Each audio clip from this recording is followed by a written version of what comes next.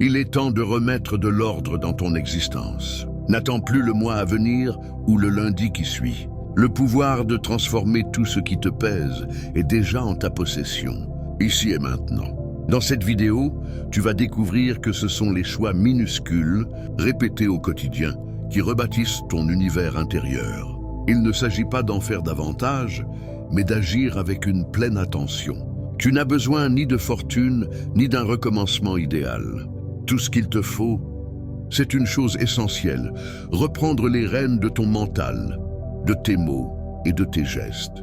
C'est ce qui distingue ceux qui se contentent de rêver de ceux qui concrétisent leur vision. Les philosophes stoïciens l'avaient saisi il y a des millénaires. Je n'ai pas le sort qui se modifie en premier, c'est la manière de penser. Lorsque tu ranges tes idées, l'existence se met à adopter le même cadence harmonieuse. Lorsque tu procèdes avec rigueur, le tumulte s'évapore. Dès à présent, tu vas apprendre à harmoniser chaque aspect de ton être, le mental, les sentiments, les expressions et l'objectif, pour exister avec une plus grande netteté, une présence accrue et une orientation précise. Donc, arrête d'espérer le moment opportun. Note dans les commentaires dès aujourd'hui. Je débute une vie empreinte de netteté. Fais de ce instant ton pivot décisif, car rien ne se transforme au dehors tant que tu ne te modifies pas au dedans. Et avant de plonger dans le contenu, je te prie de 2 actions simples. Like cette vidéo et abonne-toi à la chaîne. De cette façon, ces messages toucheront ceux en quête d'une plus grande limpidité. Leçon 1. Prends en charge ce qui te revient. Tu n'es pas livré aux caprices du hasard. Rien dans ton parcours ne survient purement par coïncidence. Chaque événement porte en lui une option cachée. Et c'est précisément là que se niche ton autorité et ta liberté. Pourtant, il est aisé de l'oublier. Quand un imprévu surgit, le cerveau s'empresse de pointer du doigt. Tantôt tu incrimines le destin, tantôt autrui, et souvent toi-même. On se retrouve coincé dans une boucle d'explications, recyclant des récits anciens, traquant des motifs qui apaisent la souffrance, mais nous détournent de la résolution. On stagne à dénicher un responsable, alors que ce qu'il nous faut vraiment, c'est une trajectoire claire. Parce que blâmer apporte du réconfort, tandis qu'agir engendre une métamorphose, et toute métamorphose implique un coût, le renoncement au prétexte. Épictète affirmait que blâmer les autres relève de l'ignorance. Se blâmer soi-même marque un avancement. Mais le sage n'accuse quiconque. Il passe à l'action. Voilà ce qui sépare celui qui rumine le passé de celui qui forge l'avenir. La faute t'entrave, l'initiative te délivre. La faute représente le fardeau de celui qui contemple son existence depuis l'extérieur. L'initiative est la vigueur de celui qui regagne le noyau et pilote son propre sort. Assumer ses responsabilités n'équivaut pas à endosser un poids. C'est reconquérir la direction, c'est se souvenir que, malgré les difficultés des situations, il existe toujours un élément qui repose exclusivement sur toi. Ton état d'esprit, ta réaction, ta façon d'analyser et de répondre. La responsabilité constitue l'expression ultime de la liberté. C'est s'affirmer, je ne maîtrise pas tout, mais je maîtrise ce que je tire de ce que j'ai. Nombreux sont ceux qui traversent leur vie à guetter un changement externe, le conjoint, l'emploi, les circonstances. Mais ce qui altère véritablement le destin, c'est quand tu optes pour te transformer toi-même. Quand tu saisis que tu n'es pas une proie de l'existence, mais son apprenti. C'est alors que tu déclares, assez de réagir passivement, désormais j'initie. Le stoïcisme nous apprend que nous ne dominons pas les événements, mais nous dominons notre usage de ces événements. Et cette prise de conscience inaugure la liberté authentique. La responsabilité est le terreau fertile, où germe la robustesse intérieure. Car quand tu reprends les commandes, même la souffrance acquiert une signification. Assumer la responsabilité, c'est comme éclairer une pièce en pagaille. Au départ, c'est dérangeant de constater ce qui cloche, mais seul l'éclairage permet de rectifier. Et progressivement, le fouillis se mue en transparence. L'éclairage, ici, symbolise la vigilance. Et plus tu l'activates, plus tu réalises que le fouillis n'était pas le vrai souci. Il n'était qu'un appel à une structuration intime. Donc arrête de traquer des fautifs. Le passé n'exige pas plus d'examen. Il réclame une orientation. Ce que tu as accompli peut servir de leçon, mais ne doit plus te confiner. Ce qui prime à présent, c'est le mouvement suivant, le geste attentif prochain. Car l'existence ne redémarre pas une fois tout réglé. Elle redémarre quand tu décides d'avancer, même au cœur du brouillard. Saisis les rênes de tes sentiments, de ton emploi du temps, de tes choix, non par contrainte, mais par affection envers toi-même. Car s'aimer soi-même, c'est cesser de confier son bonheur à autrui. Nul ne vivra cette existence à ta place. Nul ne soignera ce que toi seul peux affronter. Nul ne sélectionnera pour toi la voie de la perspicacité. Note dans les commentaires dès aujourd'hui. Je privilégie l'initiative plutôt que la faute. Car au instant où tu substitues la faute par l'initiative, le fardeau se transmue en objectif, et ce qui était jadis tumulte commence à se muer en destinée.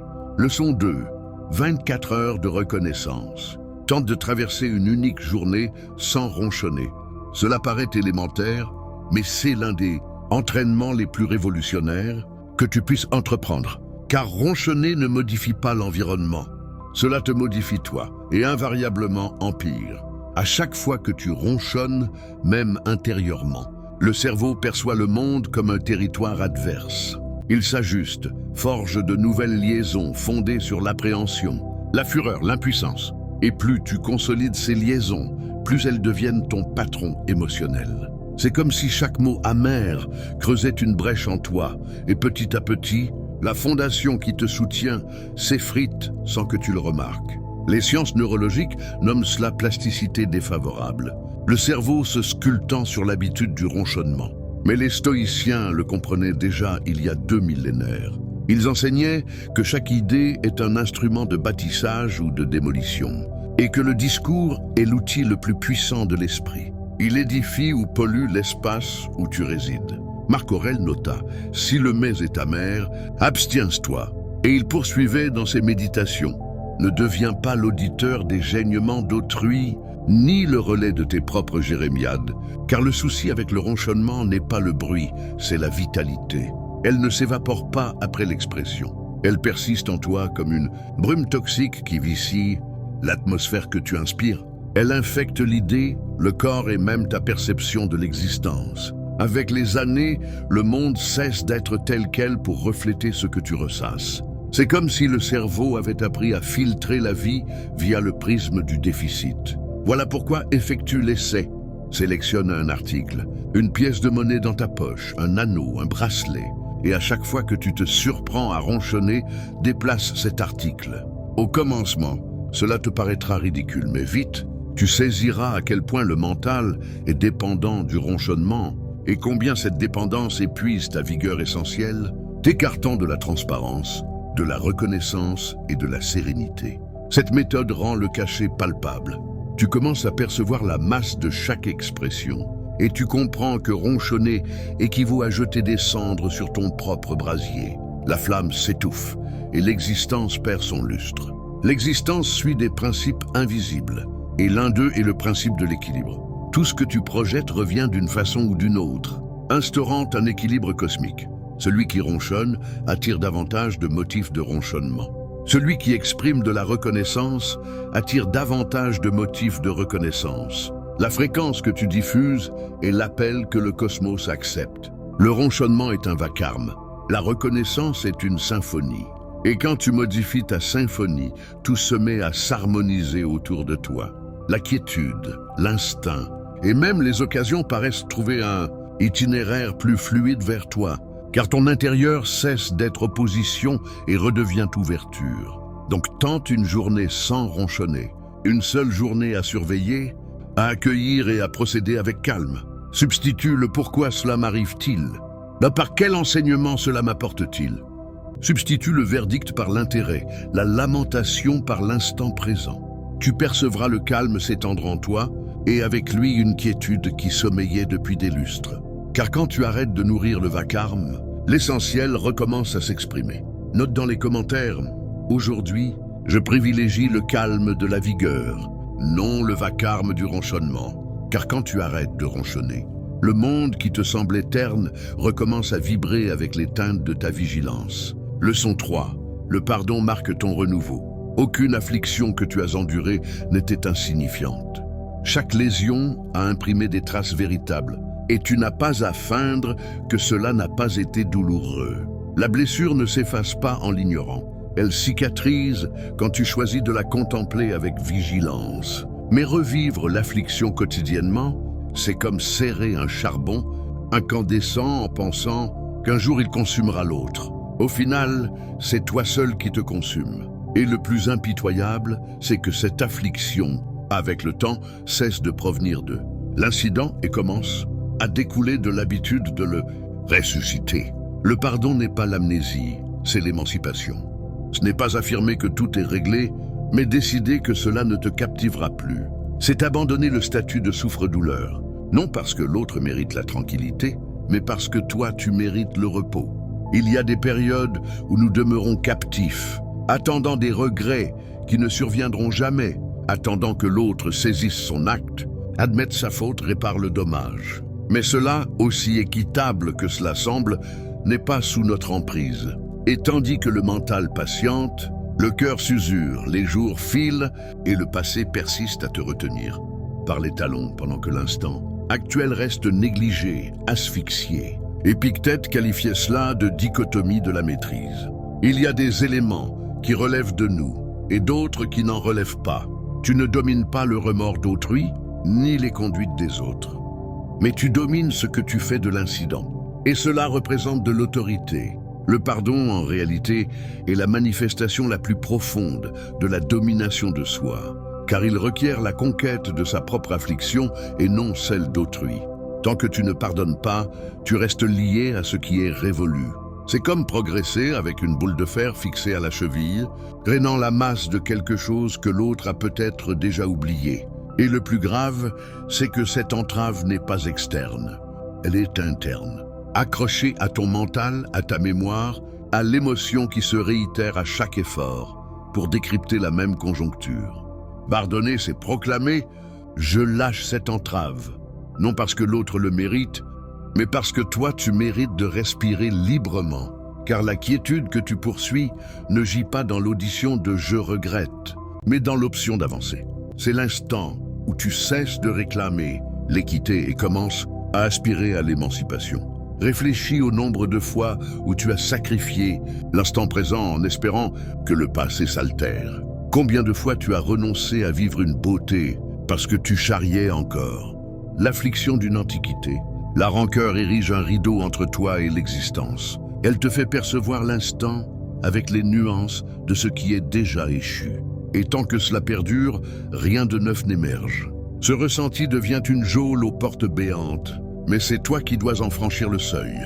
Marc Aurèle déclarait « La meilleure riposte est d'être dissemblable de celui qui a infligé le torte ». Et c'est précisément ce que accomplit le pardon. Il t'élève au-delà de ce qui t'a lésé. Il n'efface pas l'antérieur, mais il en altère la signification. Il transmue l'affliction en sagacité, la perte en consolidation et le souvenir en reconnaissance pour ce qui t'a fait évoluer. Aujourd'hui, scrute ton intérieur et identifie tes boules de fer. Inspire profondément et affirme-toi. Je détiens la clé et dès aujourd'hui je m'émancipe, car le pardon ne modifie pas l'antérieur. Il modifie le fardeau que l'antérieur exerce sur toi. Et quand ce lest chute, ce qui subsiste est la légèreté, la transparence et la liberté de repartir. Intact. Leçon 4. Cesse de te mettre en doute. Le doute est l'une des variantes les plus discrètes d'autodestruction. Il se camoufle en circonspection, en modestie, en « je ne suis pas certain d'être préparé », mais au fond, c'est de l'appréhension. L'appréhension d'être authentique, l'appréhension de reconnaître ta propre vigueur et de ne plus savoir te dissimuler derrière la vulnérabilité. Il est simple d'admirer autrui. C'est quasi instinctif de croire aux accomplissements, aux discours et aux aptitudes des autres. Mais quand c'est ton intuition qui s'exprime, tu vacilles, tu interroges, tu justifies, tu diffères, comme si tu requérais une validation invisible pour exister, ce que ton cœur a déjà tranché. Quand l'existence t'invite à un bond plus ample, tu te défies. Quand une voix intérieure dit « c'est cette direction », le mental s'empresse de l'étouffer. Et c'est ainsi que, sans en avoir conscience, tu t'éloignes de ton essence. Tu suis des avis qui manquent de cohérence. Tu quêtes l'assentiment dans des lieux stériles, et tu ajustes ton éclat pour qu'il cadre avec les anticipations d'autrui.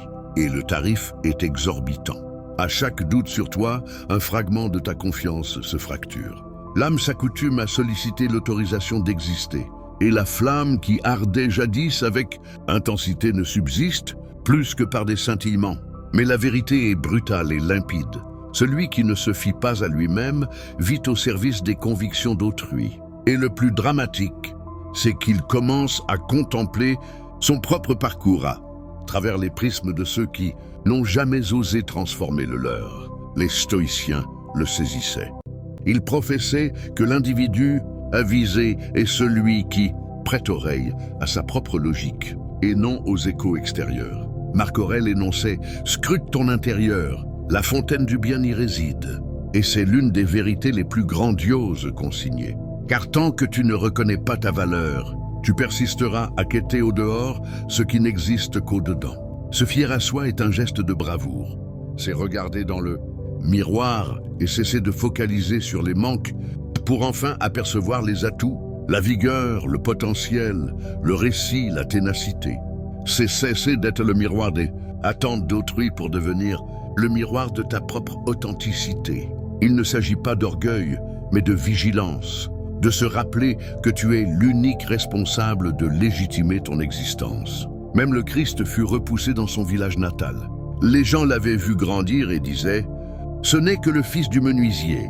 Et pour cela, il y accomplit peu de prodiges, non par déficit de puissance, mais parce que là où la confiance fait défaut, l'extraordinaire ne se manifeste pas.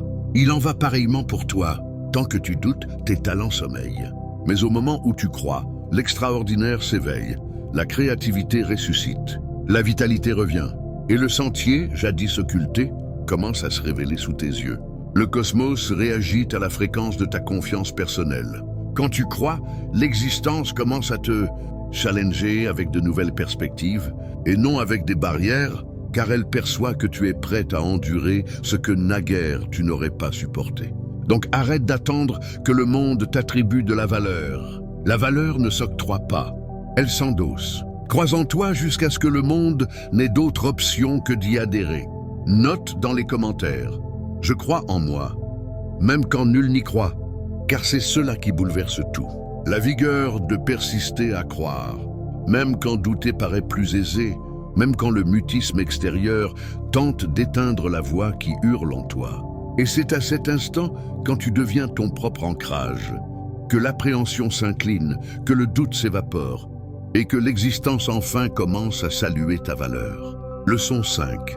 Ne tolère aucun élément inachevé dans ton existence. Rien de défectueux, rien de déplacé, rien de suspendu au-dedans de toi. L'équilibre surgit quand l'extérieur reflète l'intérieur, et quand l'intérieur accède enfin à la quiétude. Les stoïciens professaient que vivre bien équivaut à vivre avec une focalisation totale sur l'instant. Marc Aurèle conseillait, à chaque initiative, pause et interroge-toi. Est-ce que je l'accomplis avec mon essence? C'est l'âme de l'ordre. Être intégral dans chaque mouvement, conscient de chaque sélection, impliqué dans le présent, comme si chaque geste était un hommage à l'existence elle-même. L'ordre n'est pas de la raideur. C'est du respect envers soi. C'est l'attention muette de celui qui a saisi que tout ce qui est délaissé finit par exiger son dû. Il ne s'agit pas d'idéal, mais de présence. L'existence commence à s'harmoniser quand tu refuses les fragments pendants, quand tu décides de ne pas reporter à demain ce qui oppresse déjà aujourd'hui, de ne pas camoufler ce qui doit être confronté, de ne pas occulter ce qui doit être soigné. C'est alors que émerge la maturité, quand tu comprends que chaque dette affective ou tangible est une barrière qui t'empêche de progresser. Observe ton entourage. Tout ce qui est en chaos dehors est le reflet du chaos intérieur non résolu. Un placard en vrac, un engagement oublié, un dialogue ajourné sont des micro-fissures par lesquelles ta vitalité fuit. Et plus tu procrastines, plus l'atmosphère s'alourdit, plus la sensation d'aisance s'éloigne. Mais à chaque nettoyage, organisation ou achèvement, une portion de ton tumulte s'apaise. La netteté extérieure restaure la puissance intérieure, car l'ordre n'est pas cosmétique. Il est dynamique, mystique. Il est l'écho d'un mental qui a choisi de reconquérir la maîtrise. L'acte banal de remettre en ordre est un emblème de régénération. C'est toi affirmant tacitement « je m'estime encore ».